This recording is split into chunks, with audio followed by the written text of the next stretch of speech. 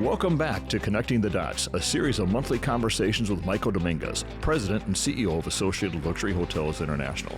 The series examines issues in the global economy in 2025 that will connect the dots to be helpful not only in business, but in life as well.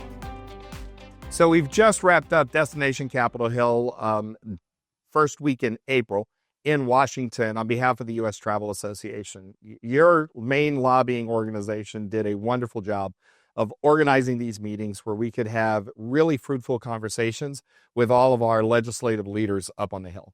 I can tell you, what I think is very positive, even with a change in administrations, the travel industry as a whole is something that is bipartisan as far as what we do and our importance to the overall economy, the overall jobs picture, and overall communities.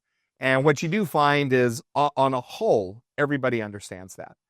There is a commitment, and I think everybody should be excited that, there is a commission that has been started that is all things World Cup, that is bringing together security and travel and transportation and making sure that this opportunity we have to expose the United States to the world doesn't get wasted. This has been a big push on the U.S. Travel Association's forefront. It's something they consistently talk about. So some of those asks in these meetings were around improving the customs experience and moving it faster as people are coming into the country at airports. That is something that is necessary. It is something for our future. And really part of that ask as well is a continued investment around biometrics and catching up to other parts of the world. Our TSA experience and some of the TSA technology, that needs to be improved and that needs to be automated. And what you will see is, there is an ask that down the road, do we really need to have liquids removed from baggage, as other parts of the world don't require that anymore because the technology has gotten better enough. That requires investment on our part. But that overall was very, very well received. We talked about definitely labor and our help and definite need for temporary labor that is seasonal, and that has to do with our H-2B visa program.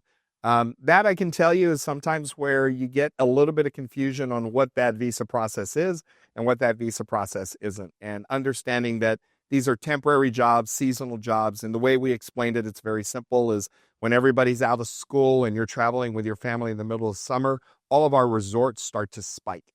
Now that spike is only going to last until everybody goes back to school. So I need labor to help get us through that, but it's not labor that we're going to need for the entire year.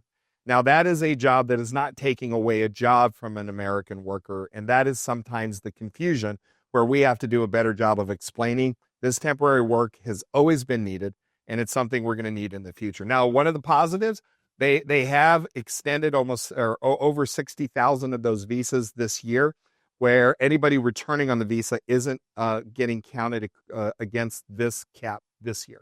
That's a positive for us, and that's going to be a positive for us moving forward.